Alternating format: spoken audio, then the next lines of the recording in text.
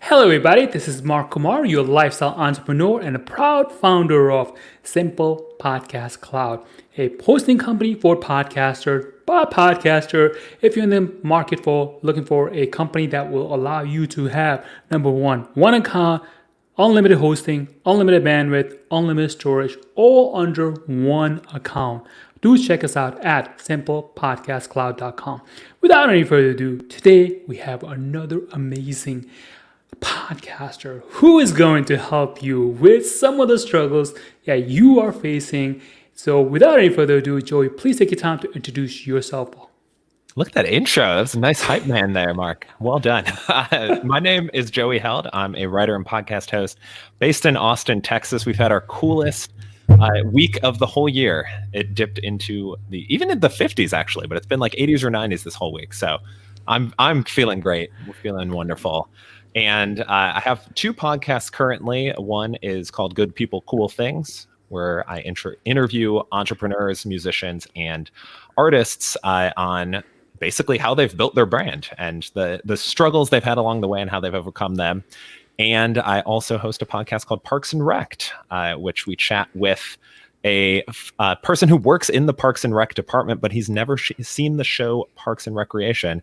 So we're getting him all caught up to speed and enjoying a beverage every episode while we do it. So it's been a great way both to revisit the show, which I haven't watched in its entirety and since it was on the air, it ended 5 years ago now. And it's also just been a great way to try out a lot of different local breweries and distilleries and find some new favorites among the alcohol world out there. I totally get that particular podcast. That sounds like fun. Oh, it's a blast. I highly recommend it. Yeah, definitely. I will highly recommend that either. I don't think I even need to ask you, like, how did you come up with that idea? Like, hey, that's given. Just have fun, have a drink, and we're good, right? So, what about the other one, the Good People, Cool Things podcast? How did you come up with that particular podcast idea? Well, I have been podcasting for about 6 years now. And when this podcast in February of 2020, so still pretty new, but it's a spiritual successor to that first one, which was just called Locally Sourced Joey. Which, here's your first pro tip: if you're creating a podcast, maybe don't name it after yourself if you're not like a world famous person, because people are just going to scroll through. They're like, I don't know what that means. My name's not Joey. I'm not interested in this. And that one I started just because I did radio in college. I loved the aspect of telling stories through audio, and I don't think I really had any expectations when I first started, but along the way, I learned that I really just liked meeting new people and hearing all of the stories that they had to tell. And I have heard horror stories from other podcasters of like, I had a terrible guest and like, they didn't give me anything to use. And I've been fortunate enough to not have that. Like everyone I've had as a guest, I have learned at least one thing, oftentimes lots of things by the end of it. And they're just generally really good people and they're doing cool things. And I was like, wait a minute. We can make this more obvious of like what this podcast is about. It's good people doing cool things. And I've tried to limit it primarily to people who have started their own brand in some way, whether that's starting a business or a musician or artist, like I was saying, just because I think there's a lot of common themes across that. And really enjoy hearing both their successes, but I love hearing the worst things that have happened to like a musician, their worst gig. It's one of my favorite things to ask because I think you get such great stories out of it. And when you're in it, terrible. Like you hate being in these awful moments, but after the fact, you can look back at it and laugh and see how you got better out of it. I think it's so fun. So, can you think of any worst stories that you have had the opportunity to hear? Share that with us if you don't mind. Yeah, I'm just curious. I'll actually, this is going to cheat a little bit because it was actually at a concert, but I took this concept of, and this of course was before, current times of being able to go out and see shows. But it was here's a throwback for all my 90s fans out there. It was the lead singers of Everclear, Fountains of Wayne, Eve 6, and Marcy Playground. So all these popular bands way back in the day still making music, which is great. And they were each doing shows of like their band's music, but then they'd also do some songs together. And then at the end, they just put a microphone right in the middle of the floor, said, "Hey, if you have a question, come on out." And like you could direct it at one of them, you could direct it at all of them. And I was like, this is a perfect chance. Let me ask what their worst gig was.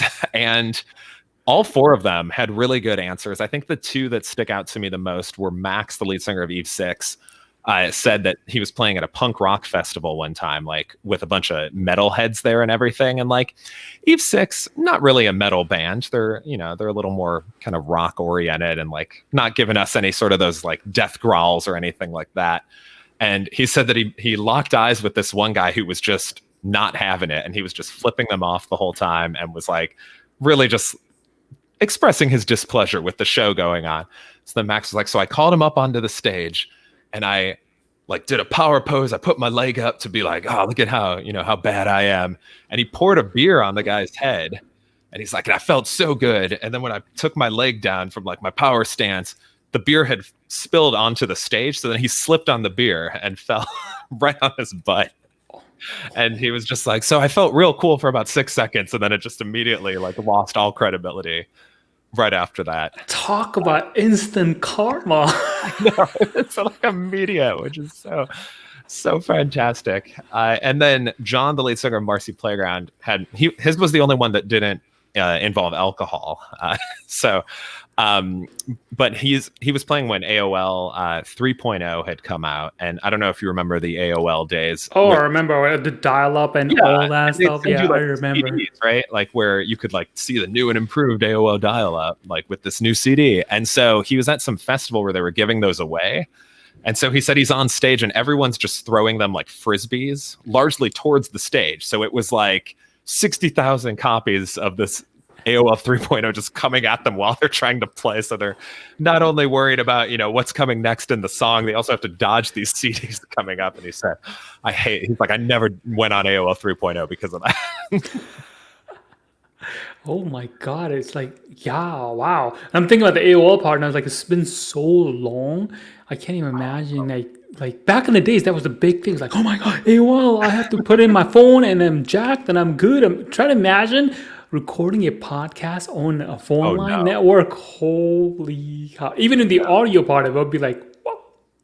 You'd have incredible lag and probably a lot of background noises that you wouldn't want in there. Do you remember Slingo from AOL? Did you ever play that? No, I didn't.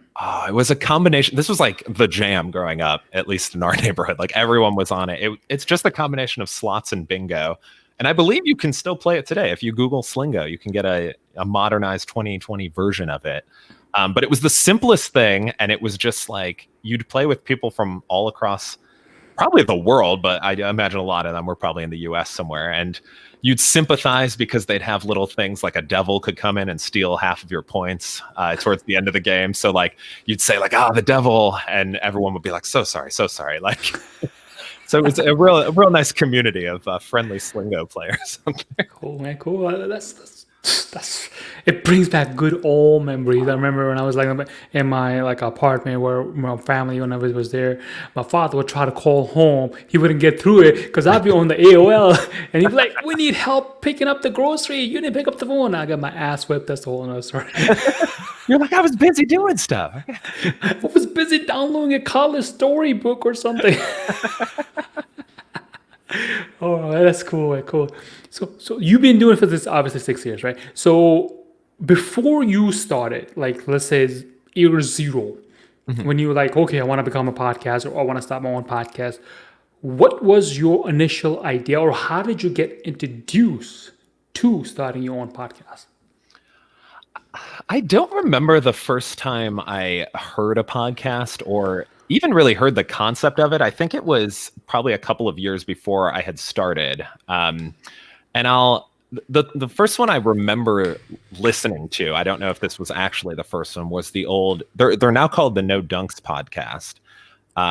Formerly the Starters, and before that they were the Basketball Jones. And that's the first one I remember listening to. It's a handful. There's 5 of them now. It initially started as 3 guys out of Canada and just talking about basketball, but they also brought like a like a more casual approach to it. Like I'm a big basketball fan, but hearing people just talk about box scores and stats and stuff, like it's kind of boring, you know? So I liked hearing they would get into kind of these like outside the box sort of things. And eventually their podcast grew. They ended up having a show on NBA TV, and they're with The Athletic now, which is a big, big podcasting network. But they still kind of kept that same spirit of the show of like, hey, we're just fans and like we're getting to talk about basketball for a living. And they do a lot of cool interactive things. They were putting out podcasts this whole break from the NBA. The NBA season was suspended from March till about the end of July. So more than 4 months of no actual content that they would normally be talking about. So they did like movie reviews of basketball movies. They did drafts of like who would be your Disney squad starting five. And they had like different criterias for that. And just like, it was so creative the ways that they were coming up with like, how can we still put out content even though what we'd normally be talking about isn't happening? Right. And I think it was going back to the early days of like, wait a minute, like I can talk about things that I'm interested in and people will listen to it. Like that's a super cool thing. And I think that's why a lot of people are intrigued by podcasting. And I certainly went into it way back then with like no plan or sense of like, okay, I'm going to cover this, and this in all of my shows. The first episode was interviewing my parents about the Taste of Chicago, which is a wonderful event. If you're ever in Chicago in the summertime, it's just a bunch of restaurants come out and serve you food. And it's pretty fantastic because you get to sample some of the best stuff in the city. And then some other things that are not as good, but like experimental. So everyone's having a good time out there. And we just kind of chatted about that. And they both grew up in the 60s. So we talked about 60s music. What do the Taste of Chicago and 60s music have in common? Really nothing, but we enjoyed both of those. And so we're like, let's do it. And we all literally just sat around one snowball mic in the middle, which I know is like the bane of podcasters sometimes, but also super easy to get started with. So it was pretty much just like, hey, I've heard about this enough. I've heard some podcasts. I think I could do this. Let's go for it. I am so glad you said that. I heard a few podcasts. I feel I could do it. Let's do this. And that's, if people could just keep it that simple, that would be so cool. Because some people like take it to the extreme where like, hey, I want to listen to the podcast for about 3 months, and 3 months turn into 6 months, 6 months turn into 2 years, and they still haven't thought about creating a podcast. It's like, if you really, really want to create it, just create it. So have you ever come across people who would ask you for advice? Like, I want to start a podcast, but I need to get X, Y, and Z in place, then I can start it. What advice do you give those people? I would say, no, you don't. You can start it without all of those things. Of course, if if you're looking to create a podcasting empire where you're having tens of not tens of thousands of shows, that would be a lot. But like a handful of shows on your network, and you're like looking forward to maybe turning podcasting into like a full-time career, then yes, you'll want to eventually invest in like a quality microphone and an audio interface. But even then, I think a lot of people think like, oh, I need thousands of dollars of equipment and like this, fancy recording studio. Like I'll see people with huge mixers and just like all this stuff that you really don't need to get started with, for sure. And if I'm being honest, I don't think you need at all. Again, unless you're like patching in live callers and like having all this fancy stuff going on. But if it's just you chatting with a friend, or if it's you interviewing guests or anything, the initial setup is so minimal. And I think it's such a low barrier to entry that you don't need all that other stuff. You don't need a website to start. I created a website before I started this podcast, but part of that was just wanting to have a website, and have some other stuff on there too. It wasn't specifically like, oh, I need this to get my podcast going. It was like, oh, the podcast can live on here, but it also lives on a podcast host. Right. And so that can serve as your website while you're getting started. And again, if you're looking to do things like collect people's emails eventually, or drive them to other content on your website, then yes, you will need a website eventually. But again, to start, you don't need a website to get your podcast off the ground. Absolutely, you don't, because obviously at the end of the day, when you create a podcast, you want people to listen to wherever they listen to, whether it be iTunes, Spotify, Google Podcasts, iHeartRadio, things of nature. That's where you were like, hey, go check out my podcast; it's available there. But if you want to create a website, then you have to push it to your website and the whole thing, and they have to download a player, things like that. So I get the whole thing. Can I do a really quick game, play a game with you?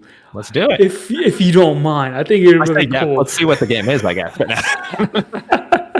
So the game is, let's say, for example, if all the knowledge that you know about podcasting, and if you were to create a digital course, how would you outline that in terms of importance? Somebody who doesn't know jack about podcasting, but they heard it's the next cool thing because all the cool kids are doing it.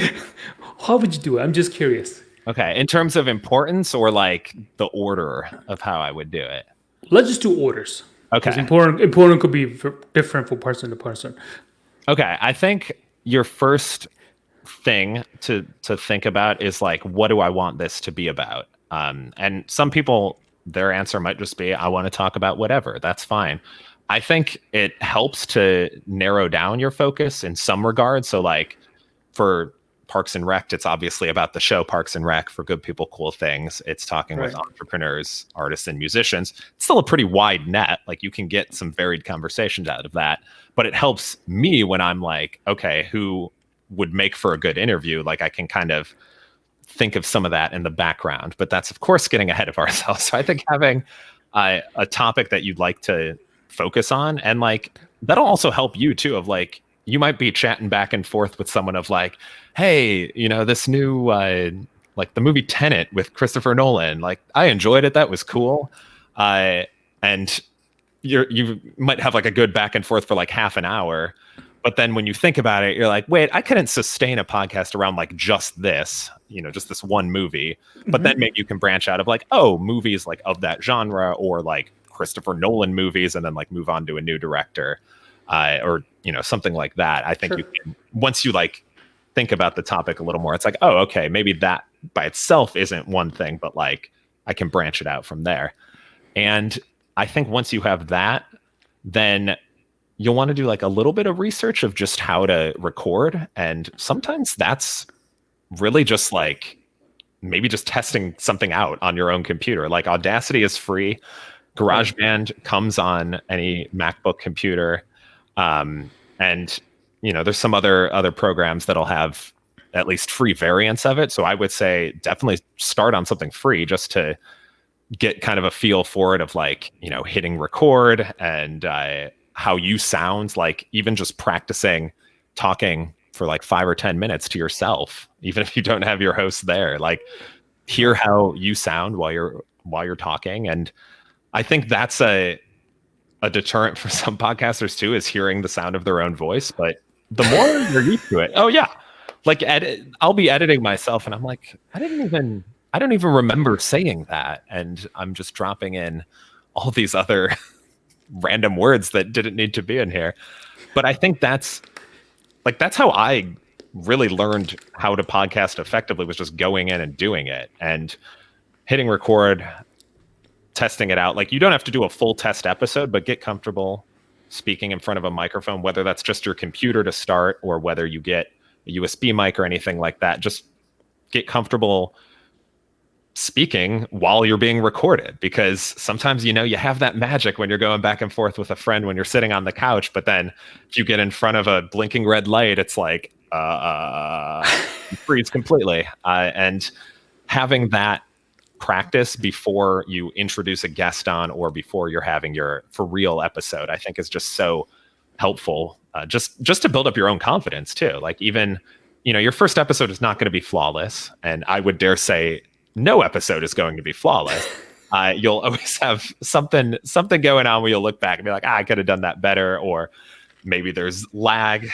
You know, if we're recording on a dial-up line or something, and someone's talking in a well. I was recording an episode where the guest lived in a like a studio apartment, and her roommate was also on a call during it. So there were times where he was talking while she was talking, and she was so apologetic afterwards. And I'm like, hey, it's real life. Like that's we're doing our best out here. So I appreciated her being aware of it, but sometimes you're just going to run into things like that.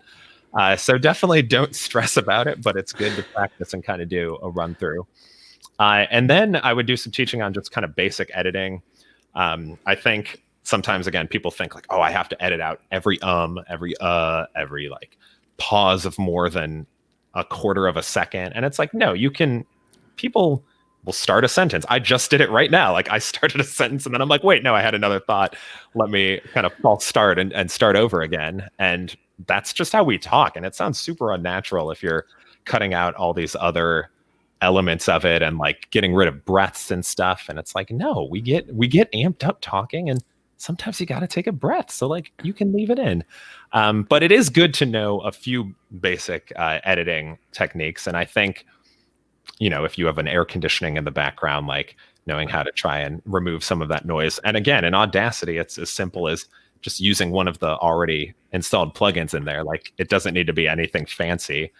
But I think a course just saying like, hey, here's where these things are that you might find helpful can be really, really good too, especially in some of the more advanced audio editing software. Like on GarageBand, there's so many times I forget where a certain button or tool is or something, and I'll just like type it into help and it'll pop up, or I'll just Google it. Like, how do I do this thing again on GarageBand that I've done 50 times already, but I never remember where it is? And I think it's an ongoing process, and that's something to remind people throughout a course too, is like, you're going to keep learning as you're doing this, and new things are going to come out, whether it's new microphones, new podcast hosts, new platforms, all the different kinds of things. Like I didn't know Headliner was a thing until a couple of years ago, but apparently they've been around for like 5 or 6 years, if not longer. And it's, become a very valuable tool for promoting podcasts, because you can pluck just a little clip from your show and share it across your social channels or an email or whatever. And so I think to recap, that was a very long-winded way of how this course would look. I think start with a topic, think about the recording elements, and that includes like your equipment that you'll use, how, if you're recording remotely with a guest, figuring out, hey, is StreamYard best for us? Like we're on right now, would a Zoom call work? Would Skype work? Whatever. And then kind of going into the editing process, and then finish it up with marketing and some fun ways to market. And this is still my favorite method of marketing, coming from Edison Research at a podcast movement conference, I think this must have been 2017 or 2018. And it was about like, how do we get this next sort of frontier of podcast listeners to come along on the journey? We've got more than 100 million people now listen to podcasts. How do we get that next 100 million? And he was talking about outside the box sort of marketing. And I have not actually tried this, so I don't know what the ROI is, but it was very funny to me, of advertising in bathrooms at either restaurants or like bars or anything, either above the urinal or at like on the inside of the stall door for people that are, using a stall. And his reasoning for it was, you have a captive audience while you're there. So if you have, and he was like, and this is kind of gross, but a lot of people are still using their phones, like, while they're taking a poop. Like you can, and they're on their phones, they're a captive audience. If you have an engaging sign of like, hey, this is our show, here's where you can find it.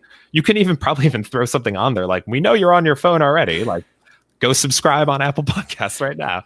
And I was like, that's pretty clever. So I have not seen any podcast ads in bathrooms, but maybe we can be the first. That is the most uniquest advertisement idea I have ever heard of it. What I would be willing to do is to play devil's advocate. The person who just suggested that, wherever that person was giving the advertisement or the talk, did you put this idea in the bathroom that we are currently in here? Because a lot of podcasts are there. That would have been genius. I don't know what I was thinking. I guess there were multiple bathrooms in there, but I think it could have still been done. Like I could have ran around like for 20 minutes and gotten it. What would really be a good proof? Soon as that person gave that speech, And if you go to your bathroom right now, you will see this advertisement. And if you want to learn more, book this session with me, $200,000. Yeah, he's got to do the full funnel there. Give the talk, put it in Go to the bathroom, check out my thing, subscribe to my podcast. Brilliant.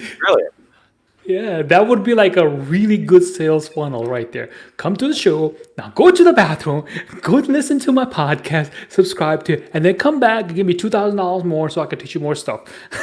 Yes, when we're back to real life events, I think I might need to sneak this. I'll get a speaking gig somewhere. Be like, if you go to the bathroom in the next 20 minutes, you'll get a bonus. You have to go there and check it out. Yeah, it's gotta happen now. Oh, wow. That's an interesting sales funnel. We call it the bathroom sales funnel. Guaranteed to make you, I'll leave it at that. Fill in the blank. Yeah, fill in your own blank. No black. All right, cool. So there you go, guys. So now we can just wrap this up. You know how to do it. Where everything was good. We're good. And you can send your money to Joe, and he will send you the link at the end of the show, and we're good. Yes, I got you. No, but seriously, if people can just keep it that simple, what you're going to talk about your niche, your equipment, recording software, record it and put it out there. And simple as that. Yeah, I think it's easy to get caught up in a lot of the details. And I mean, I listened back to the first episode of Parks and Rec not too long ago, just because I was like, no, let's see how it was. Certainly not our best episode, but like, I know some people are like, oh yeah, once I got good, like I want to go back and record over my first episode and like re-release. It's like, no, like it shows you how you've come along on your journey. And there are still some funny moments in there, even if it's not like audio technically sound, and we're still kind of getting used to like sitting around a microphone and talking. And I think that's a reflection of like where your show has come from and how you've grown since then. And I think you're kind of doing yourself a disservice if you're recording over it. Like, just get up, start it, and see where it takes you.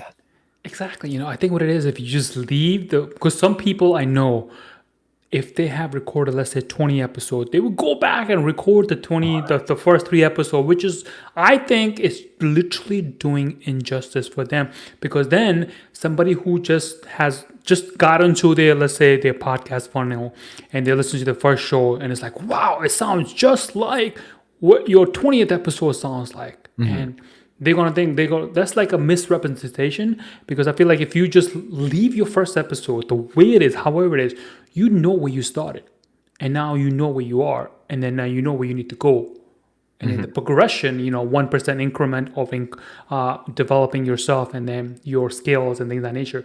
That 1% increase going in the right direction, that will be like, okay. And somebody who's just starting out and they listen to your very first episode, they may relate to it because like, oh my God, this doesn't sound all that great, which is a good thing. I could do that too. So they can relate to, and they follow your journey, and then in their eyes, you become the expert rather than you polishing it through. And then some people may just take that off. Absolutely. And I would add to that, don't base your experience off of, like, let's say Conan O'Brien Needs a Friend, or like a massively popular podcast that's out there, because if you ever listen to the end credits of that show, they're naming like a dozen people that are involved with it. Like, they have a lot of technical aspects going into it, and people who's like, the majority of their job is editing this podcast and like making it sound great. Yeah, completely professional. And if you are, if podcasting is all that you do, that's great. But I know a lot of us are doing this outside of a 9-to-5 job, or, we've got a lot of other things going on. And personally, the thought of spending like 8 hours editing an episode sounds terrible to me. If people really like editing out there, more power to you. Can I make a confession? I already spent like good 3 of my episode, the first 3 episodes, when I first started, literally spent 8 hours editing it, which was ridiculous. Well, did you enjoy that? No, I did not enjoy it. That's why I changed the format. Yes. And that's a great point too. Like, you'll learn along the way of like, hey, this thing that I thought was a really good idea in my head, maybe not a great example, or are a great thing to do. And I'll give you an example with Parks and Rec. When I first started, if you've watched the show Parks and Rec, you know that Leslie loves breakfast food, and there's a lot of times where they're eating like a giant plate of waffles with whipped cream on top of it, or they're like a massive salad or something. And so I thought at the start, I'm like, it'll be really cool to do like a food recap in each episode of like, hey, here's all the times there was food on screen. And after the first season, my co-host astutely pointed out, like, this isn't that interesting. And it's just kind of a pain. You're like, oh, there was a salad at like 8 minutes. Like, cool. And so we got rid of it and replaced it with some other segments that have been more well received and honestly are more enjoyable for us to do, like a trivia game instead of identifying food. So I think that's a good example of like, hey, you might have an idea when you start that sounds great, but as you're doing it, you think, actually, this didn't really work out the way I thought it would, but it's not a bad thing. Like, you wouldn't have known that if you hadn't tried it. So you tried it. If it doesn't work, move on to something else. Yep, definitely. You may start with, like you said, start with one idea. By the time you get to 20th episode, then you have a completely different, but around the same niche, your podcasting. So speaking of moving in the right direction, so what advice would you have for people who recorded 3 podcasts, but they're like, I really don't know if I should continue or should I just give up? Like, what's in it for me? Like, that's mostly obviously people want to ask the question is like, what's the ROI? I'm doing this thing. It sounds great. People are getting some kind of a listen. I'm getting some kind of analytic that says I have people like 10, 20 people listening to it consistently, but there is no money. How do I support this thing? Well, I think a good thing to remember is even people like Conan O'Brien, who started his podcast, was able to monetize immediately from episode 1. That's because he had an empire of like more than 2 decades. I think he said he's been in television for 26 years. So that's a lot of kind of cachet that you're bringing along with you that can allow you to monetize right away. But I also think that a lot of people only think of sponsorships as the way to monetize a podcast. And while that's certainly one avenue, there are plenty of other things you can do as well. Any kind of like Patreon or Coffee or any of those other great programs where you can reward those 10 to 20 people that are listening. Maybe you offer bonus content and they'll give you like a $5 to $10 a month donation or subscription to it. And so, honestly, some people are just like, hey, you've entertained me for 3 episodes, however many you've got out. Like, right. I want to support you. And like, that's kind of the essence of Coffee, I think, especially. It's like, if you don't want to subscribe on a monthly basis to something like a Patreon, Coffee is literally just like, hey, you've entertained me for, let's say your podcast is an hour and you've got 3 episodes. You've entertained me for 3 hours. Like, I'll pay $5 for that. And if you get 2 people to do that, you've paid for your hosting for a month. And it's like, I'd take that. That sounds great to me. I think a lot of people, you see something like Joe Rogan's exclusive Spotify deal, and it's like, oh, he's making millions of dollars from podcasting. And it's like, yeah, but he's also been doing it for 7 years, I think, right? Maybe even longer. And that's the whole like result of a lot of things building up. And not everyone's going to reach that level, but I think you can still be successful in podcasting if your goal is to make money from it. And another way to think about it, like, for example, Good People, Cool Things, I'm interviewing business owners a lot of times, and I'm also a writer. If there's ever a time where it's like, hey, I need content, like as a business owner, or maybe they know someone else who's like, hey, I need like 5 articles written. They know me now. And it's like, you're also kind of using it as a networking tool. Like, if you have guests in your show, and that can lead to jobs and income down the line as well. And a fun Good People, Cool Things story also apparently works for my guests in terms of monetizing them. I had a friend on who works in television production, and she told me that she had applied for a job and they Googled her, and the episode she was on came up, and they listened to it and were so enamored with her that they hired her. And I was like, if that's not like the power of podcasting in a nutshell, I think that's fantastic. And it's, yeah, so if your goal is to make $1 million and you don't want to put in any work for it, then maybe I'd tell you to stop. Like, but if you enjoy what you're doing, and think creatively of other ways you can either make money or even make connections, and like sometimes I might know I'm not going to like make money from an episode, but like I'm meeting someone new that is fantastic. Like I'm not making any money to appear here today, but I'm having a great time, and Right. I hope you are as well. But if Of not, then course. I loved it. That's why I'm doing this.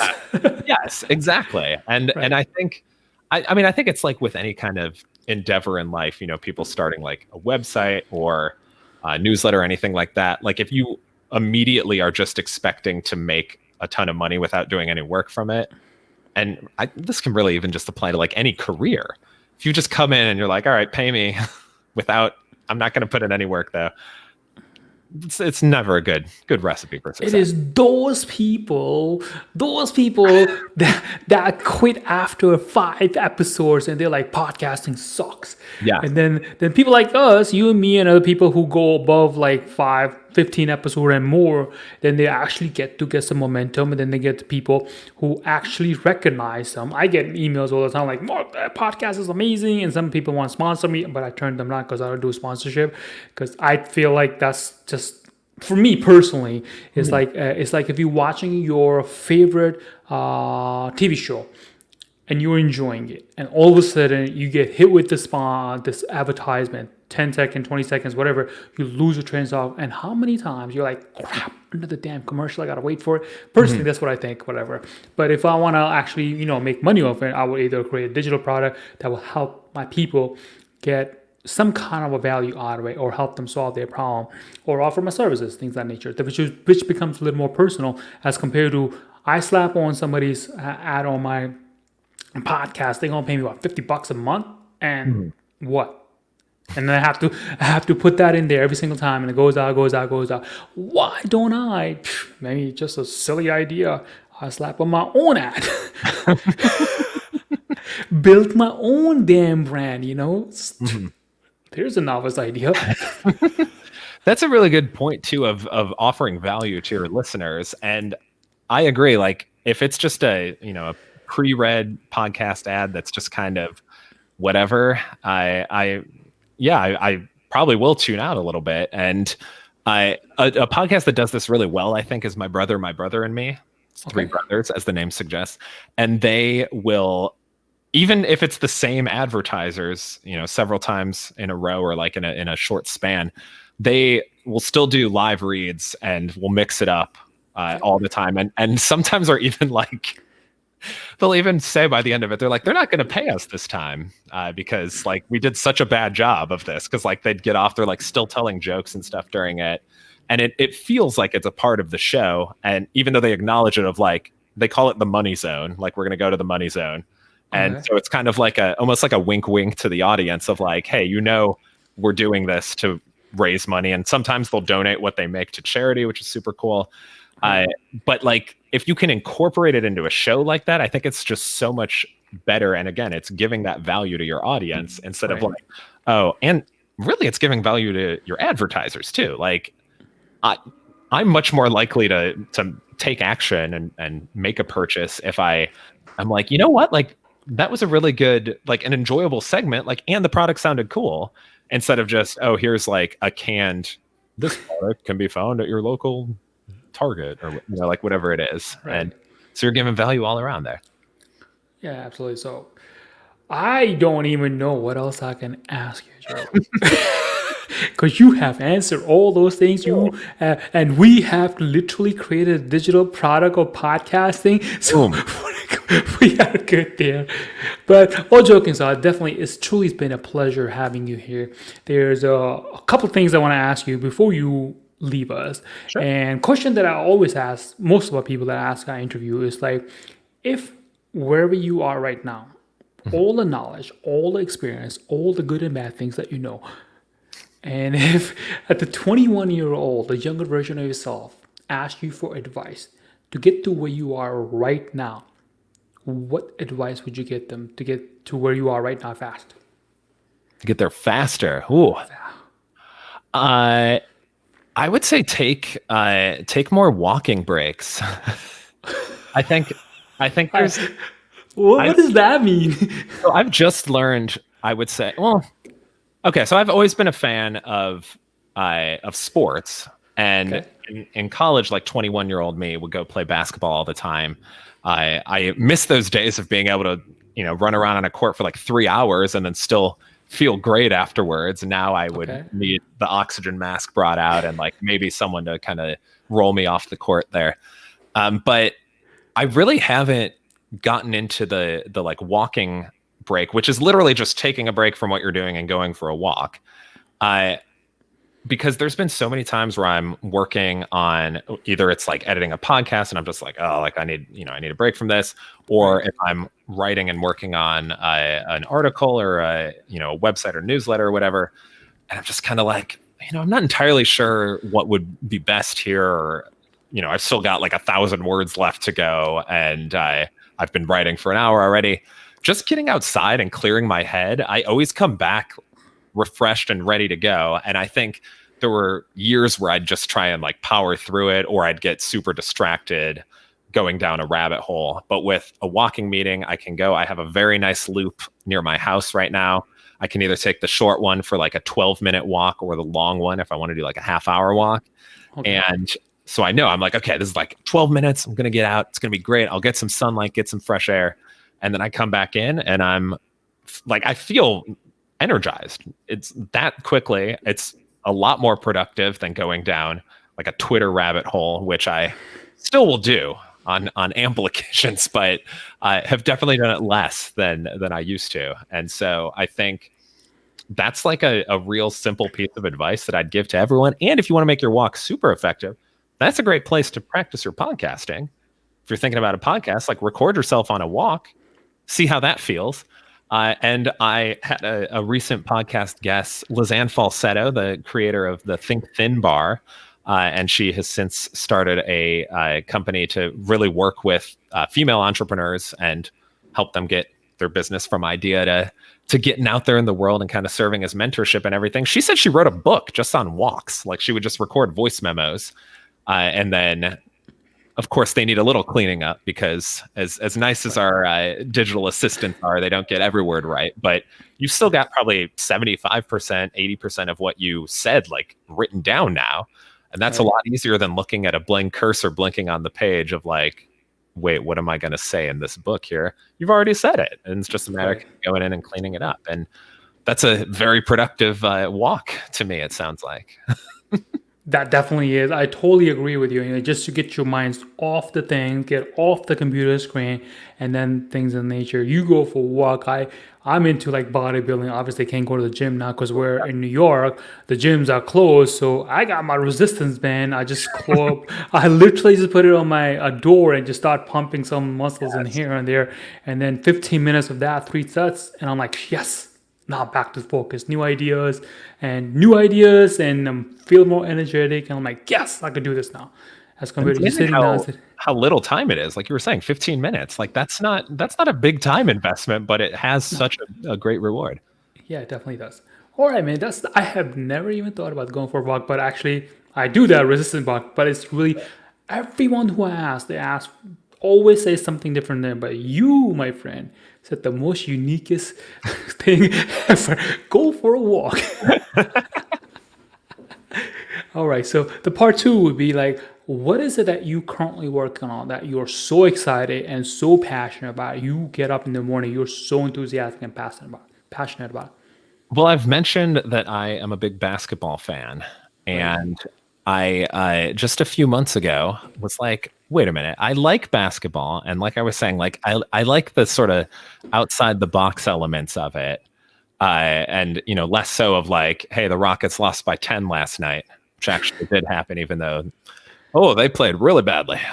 But being in tech, I get to hear all my Houston friends really complain about them, and I'm just like, I'm not a fan. I don't care. It's fine. But so I created a newsletter called Crisp Bounce Pass, which is inspired by the rec league team that I was playing on before all of this goes. Okay. Which because we appreciate just a nice crisp bounce pass there, and is the intersection of basketball and pop culture. And so some of the recent issues have been basketball lyrics in music, and some of the most clever rhymes out there. The strangest basketball cards. Actually, when we started, the viewers won't see this because I turned off my virtual background, but I had the entire Charlotte Hornets organization in space, which is one of the weirdest basketball cards. Like, why are they in space? No one has an explanation. It's fine.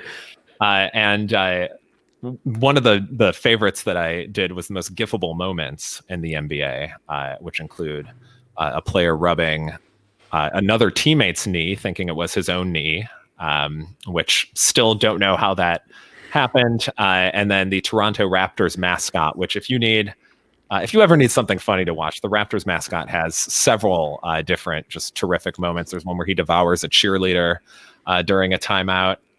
Also don't know how that's possible, but pulls it off very smoothly. And then my favorite is the Raptor tried to wear roller skates and skate down a set of stairs onto the court.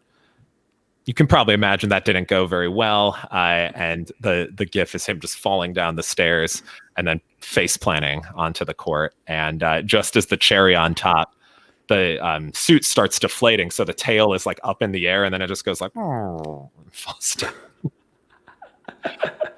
But yeah, it's a really nice kind of like creative outlet. And also like I've gotten really good feedback on it, which I kind of just started it just for myself. It's like, hey, I like writing about basketball and I think there's a lot of cool like off the court stuff to kind of focus on. And like some of them are just exploring players and like their interests off the court.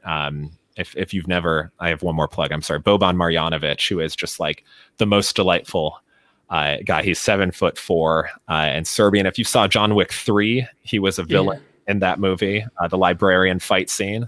That was Boban, if you remember that, or the library fight scene. I don't think he's a librarian in there, but and he's just like super. He has huge hands. There's a whole subreddit of him just holding things because his hands are so big, and it's just like it's fun for me to learn new things and then to share that with people that also enjoy it. And I love when non-basketball fans give me good feedback because it's like, this is kind of why I'm doing this. Like there's plenty of places you can go if you're a diehard basketball fan where you can geek out with other fans of your team, or like you just want to debate who's better between these like 36-year-old point guards or whatever, which like, that's fine. Those people like it.